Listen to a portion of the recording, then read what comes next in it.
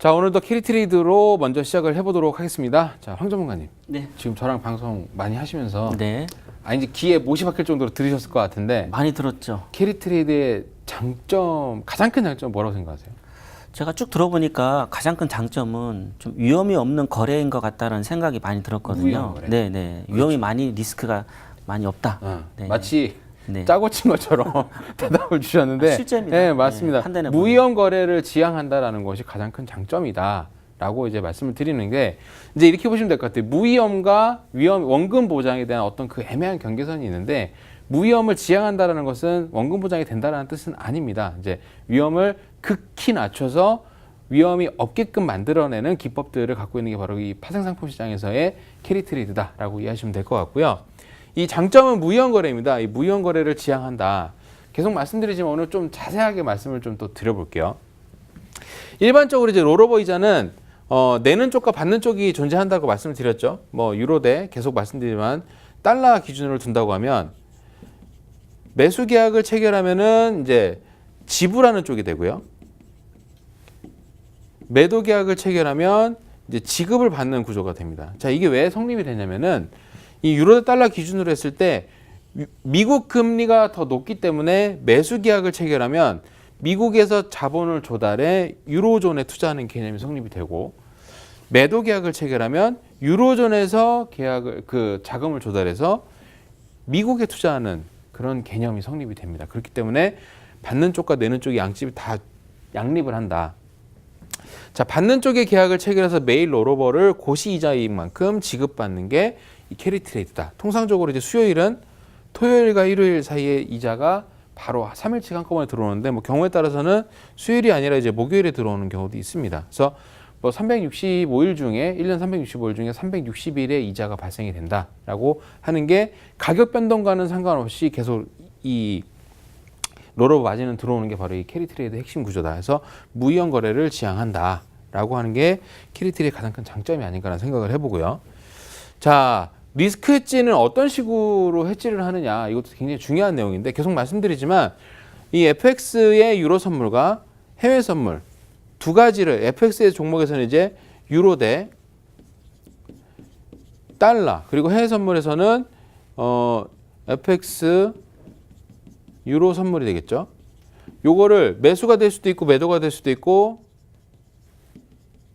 양방향으로 1대1로 해지를 한다. 그 얘기는 뭐냐면 이쪽에서의 손실이 이쪽에서의 수익이 되는 거죠. 그리고 이쪽에서의 수익은 이쪽에 손실이 된다. 그래서 이런 부분들을 다 정리를 했을 때 0%에 가깝게 수렴하게 만드는 게 바로 캐리 트레이드의 위험 대처 기법이고요.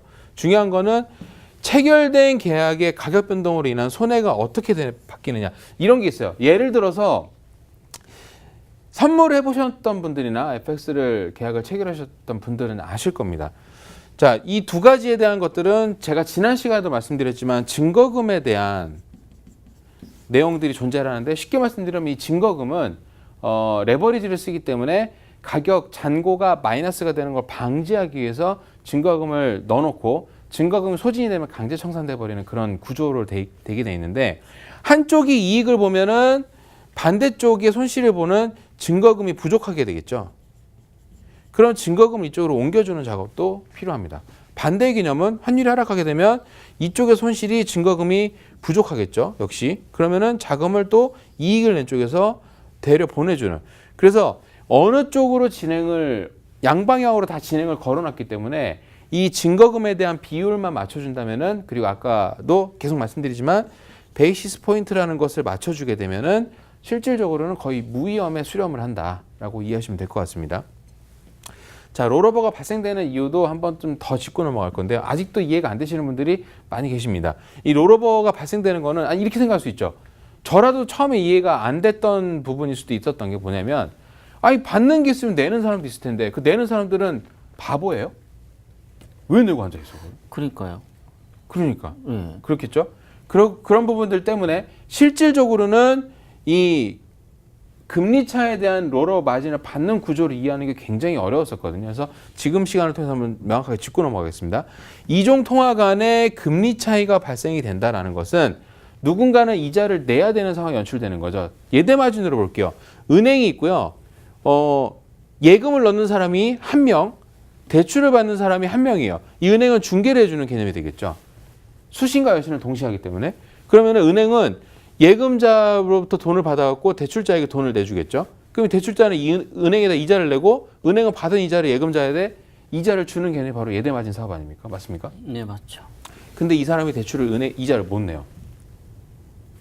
그리고 얘는 5%고 얘는 7%다.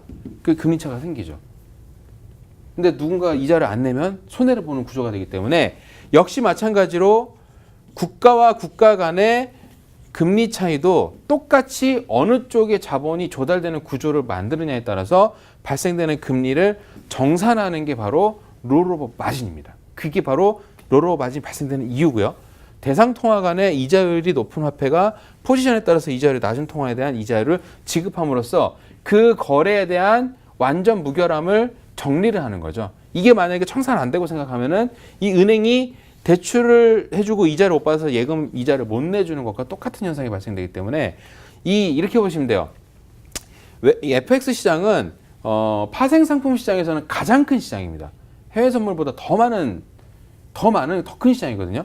지구가 한 바퀴 돌 때 얼마 정도의 거래량이 발생이 될까요? 꽤 많이 될 것 같아요. 꽤 많이 네, 될 것 아주 같아요. 많이 애매한 될- 네, 아주 많이 될 것 같습니다. 그렇죠. 꽤 많이 되는 건 네. 꽤가 아니라 네. 어마어마하게 많은 거래량이 발생됩니다. 5조 달러 정도가. 어, 5조 달러예요. 우리나라 국가에서보다 많은 것 같은데요. 10배가 넘죠. 이게 이제 하루에 거래되는 양입니다. 하루에. 그런 시장에서 이 은행처럼 예대마진 정리를 못하는 상황이 연출이 된다면 엄청난 금융 혼란이 발생이 될까요, 안 될까요? 발생되겠죠. 발생되겠죠. 네. 그래서 이 FDM들이라는 기관들이 그런 것들을 정산해주는 역할을 한다. 그런 것들만을 위한 기관들이 바로 FDM이다. 그래서 이런 발생되는 것들에 대한 로스가 있을까 없을까, 혹은 오차가 있을까 없을까요? 절대 없습니다. 자, 이런 시장에서의 여러분들 롤오버를 받는 것에 대한 의구심을 사실 가질 필요가 없는 거고, 우리나라의 메이저 선물사, 즉 믿고 있는 뭐 S사라든지 아니면 H사의 선물사들도 다 이 FDM을 이용해서 롤오버 마진이 발생하게 되면 지급을 받기도 하고 아니면은 이자를 받아가기도 하고 한다라고 이해하시면 될 것 같아요. 자, 롤오버의 지급처는 아까 말씀드렸는데 FMC라는 형태의 기관에서 FDM이라고 이해하시면 돼요. 청산거래를 진행하는 기관을 통칭한다. 이게 지금 오타가 있는데 FDM이라고 이해하시면 됩니다. 자, 청산 거래를 진행하는 기관을 통칭하고요. 여기서는 이 단순해요. 거래에 대한 데이터를 내려주고 거래량을 조절하고 거래에 대한 롤오버 마진을 발생시켜서 누군가에게는 받고 누군가에게는 지출하는 그런 구조를 하는 것이 바로 이 FDM들인데, 통상적으로 FDM들은 다 산하 기관들을 갖고 있습니다. 직접적으로 우리나라 선물사와 같은 구조의 혹은 증권사와 같은 구조의 산하 기관들을 갖고 있고, 우리나라에서는 지금 뭐 거래가 되고 있지 않은 뭐 CFD라든지 여러 가지 형태들의 어떤 내용들을 다 취급을 하는 게 바로 FDM이다라고 보시면 될 것 같고요. 외환시장에 대한 이해를 조금만 더 하고 갈게요. 즉 이제 외환시장이라는 것은 저희가 얘기하는 외환시장은 이제 포렉스 시장이다. 포렉스 시장. 이 포렉스 시장도 저희가 황 전문가님, 저희가 네. 지난 방송 때 NPL로 사기 쳐먹으면 이렇게 쳐먹는다 얘기했잖아요. 네, 그렇죠. 이 포렉스로도 사기를 어마어마하게 쳐먹었어요. 사람들이. 아, 그래요? 우리나라 안에서. 뭐 많이 들어보셨을 겁니다. 그래서 사실 이 포렉스에 대한 인지도나 아니면은 이 내용들 포렉스 딱 하면 사기? 딱 이렇게 생각하시는데 그렇지 않습니다. 예, 포렉스 시장은 엄연하게 국제시장에서 가장 큰 시장이 포렉스 시장인 거고, 우리나라에서 거래에 대한 어떤 내용이나 이런 것들이 많이 전파가 안 돼 있어서 그렇지 우리나라 증권시장이나 선물시장보다 훨씬 더 큰 시장이 바로 포렉스다. 그래서 조금 이해를 할 필요가 있습니다. 통화상에 대한 시장이라고 보시면 될 것 같고요. 이 통화상이라는 것은 바로 기준통화와 상대통화, 즉 비교할 만한 대상들이 바로 존재하는 시장이 바로 이 통화상 FX 시장이다. 그래서 항상 이 종목을 보면은 이런 식으로 표기가 돼요. 유로 대 달러, 혹은 뭐 호주 달러 대 달러, 뭐 영국 파운드 대 달러, 뭐 아니면 영국 파운드 대 엔화, 이제 뭐 JPY라고 하죠. 자, 이런 식으로 표기가 되는데 이게 다 종목이에요. 종목이고 어떤 종목들이든 다 뭐다? 매도와 매수가 가능하다. 선물 시장처럼. 자, 가격에 대한 표시는 이렇게 보시면 돼요. 유로 대 달러의 기준으로 가격이 표시가 되는 것들은 뭐 지금 1.13823 이렇게 되는데 현재는 뭐 1.12에서 1.14에서 5 정도가 계속 작년부터 보합을 보고 있습니다. 계속 왔다 갔다 요 박스권 안에서 계속 움직이는 거예요. 이게 바로 1유로당의 달러에 대한 가치입니다. 가격이다. 달러에 대한 가격이다. 이렇게 보시면 돼요. 그냥 1유로당 달러에 대한 가격이 1.13이니까 1.13달러면은 1유로를 산다라고 이해하시면 되겠습니다. 자, 두 번째로는 계속 말씀드린 양방향 거래가 가능하다. 매수 또는 매도에 대한 계약이 체결이 가능하고요. 자, 시세 차익 목적으로의 시장 참여자들은 요 두 가지만을 갖고 롤오버는 다 필요 없어요. 롤오버는 다 필요 없어요. 요 두 가지에 대한 어떤 거래에 대한 내용으로만 진행을 하는 게 바로 이 시세 차익 목적의 시장 참여자고요. 뭐 간단해요. 매도 이거를 이제 매수 포지션을 취했다라고 한다면은 롤오버 이자는 지출을 되겠죠. 지출이 되더라도 가격이 상승할 때 레버리지 통상적으로 10배, 해외 시장에서는 100배까지 쓸 수 있기 때문에 유로 시장에서 유로 가격이 올라간다 그러면 수익을 내는 거죠. 수익을. 레버리지를 10배 쓸 수 있다는 것은 이렇게 이해하시면 돼요. 마치 이 스탁로운을 쓰는 것처럼 뭐 이런 거죠. 내 돈이 1,000만 원밖에 없는데 1,000만 원을 스탁로운을 더 대출을 받아갖고 주식을 투자했는데 1,000만 원만 투자해서 10%를 얻게 되면은 100만 원의 이득을 얻는 거지만 2,000만 원 투자해서 10%를 얻게 되면 200만 원 얻는 거죠. 그리고 1,000만 원 갚고 이자 내고 나면은 한 14%, 16% 정도 수익을 얻는 것과 똑같은 게 바로 레버리지인데 이거 10배 쓸 수 있다는 얘기는 내가 1,000원을 투자해서 10,000원에 대한 권리 투자를 행사할 수 있는 거고요. 실제로 여기서 10%의 이익이 생긴다면 1,000원에 대한 베니핏이 생기는 거고 내 투자 원금 대비 실제에 대한 수익률은 100배가 되는 게 100%가 되는 게 바로 레버리지에 대한 효과입니다. 반대로 이게 마이너스 10%가 된다면 얘는 빵원이 되겠죠. 깡통 계좌. 근데 얘가 마이너스 15가 됐다. 그러면 대략 500원을 토해내야 돼요. 자, 이런 것 때문에 증거금이 발생하는 구조이기도 하고요. 자, 그래서 유로 가치 상승이나 달러 가치 하락이나 뭐 이런 것들이 예상되면 매수, 반대면은 매도. 이런 식으로 이익을 발생시키는 게 바로 가장 외환시장에서의 많은 참여도를 갖고 있는 사람입니다. 외환시장은 이렇게 시세 차익을 목적으로 들어오는 분들도 계시고요. 단순하게 환율을 방어하기 위해서 기관이나 회사나 나라에서 외환시장에 뛰어들기도 하고요.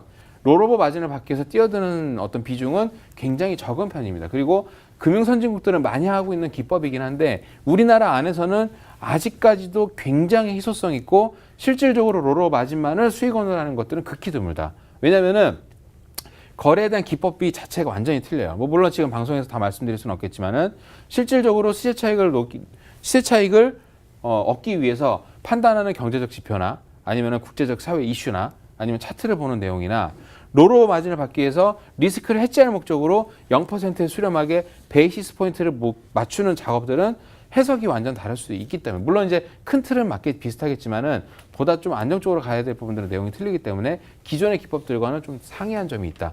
이 얘기는 이제 황 전문가님한테도 여쭤보고 싶었던 내용 중에 하나인데 NPL 투자를 수익을 낼 수 있는 것하고 네. 실제 부동산 매매를 통해 수익을 내는 네, 것하고 네. 개념이 좀 다르잖아요.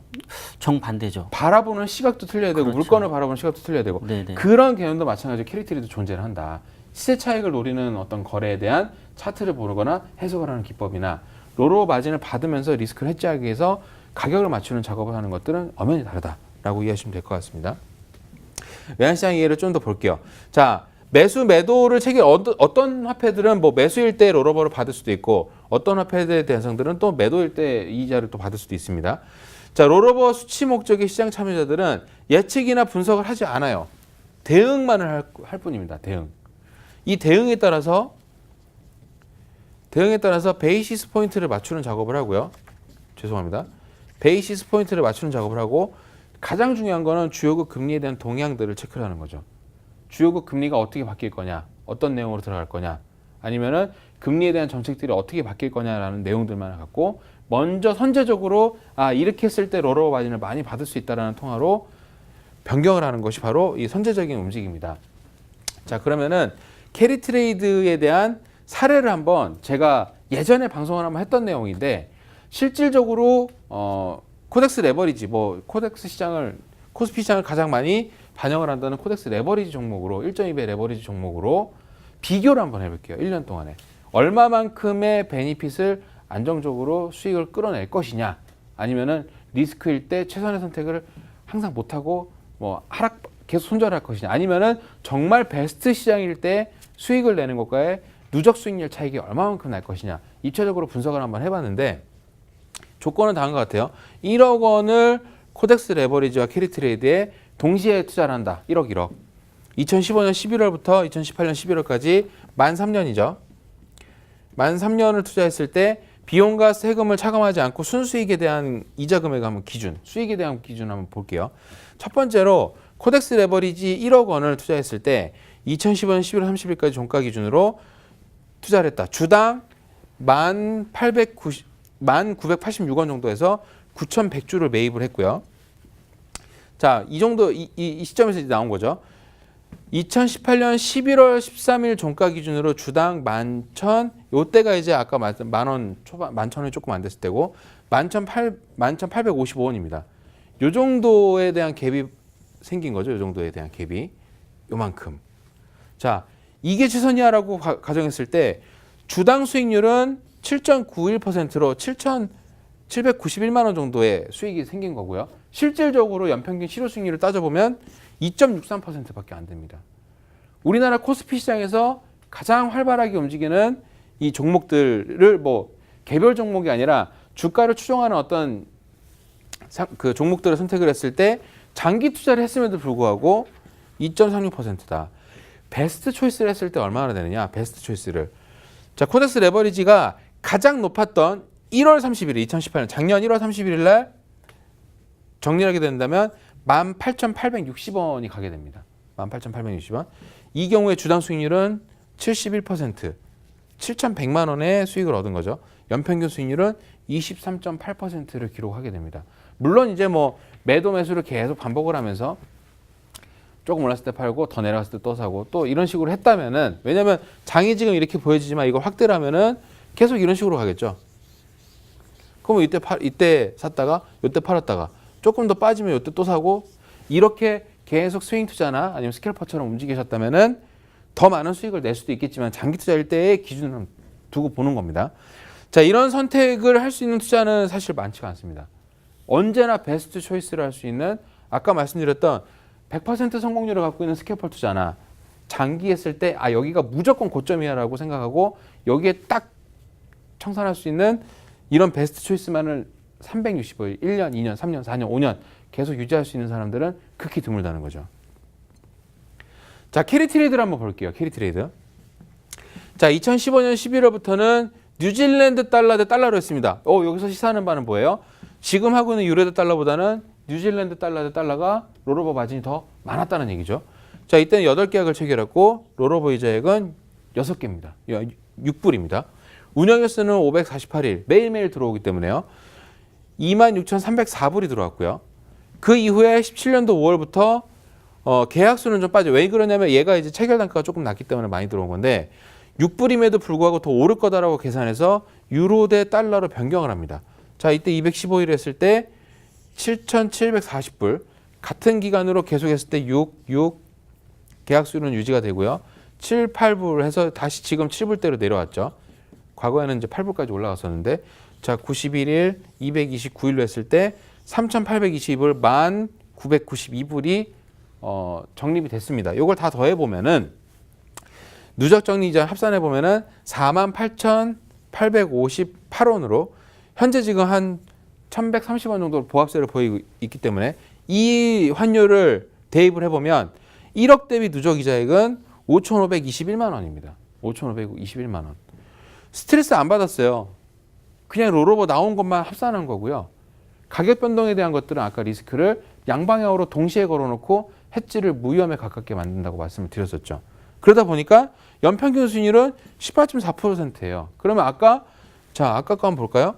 아까 23.8%. 이건 스트레스를 무지받고 무조건 100% 이렇게 실현할 수 있다는 가정이 굉장히 드문 희박한 확률이고, 얘 같은 경우에는 그냥 롤오버 이자액을 합산한 거예요. 그냥 주는 대로 받은 거예요. 우리는 뭐만 했어요? 가격 변동에 대한 리스크를 매도와 매수를 매도는 뭐예요? 유로 대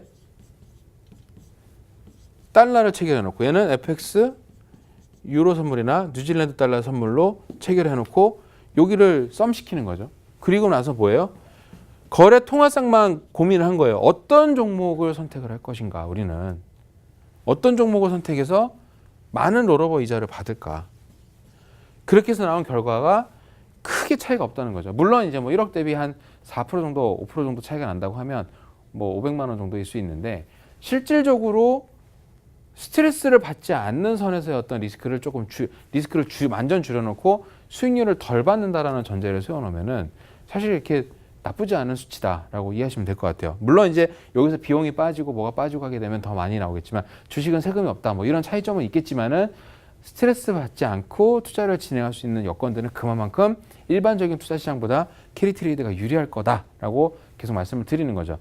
자, 아직까지도 좀 생소하거나 아니 얘기를 듣다 보니까 나는 안정적인 투자를 진행하고 싶어. 혹은 나 주식이나 선물해서 손해를 좀 봤는데 이걸 좀 장기간에 걸쳐서 스물스물이라도 좀 복구를 하고 싶다라고 생각이 드시는 분들이 계신다면은 무료전화 022638-3966 그리고 문자 샵 3989번으로 전화 활짝 열어놓고 기다리고 있습니다. 많은 참여 부탁드리도록 할게요.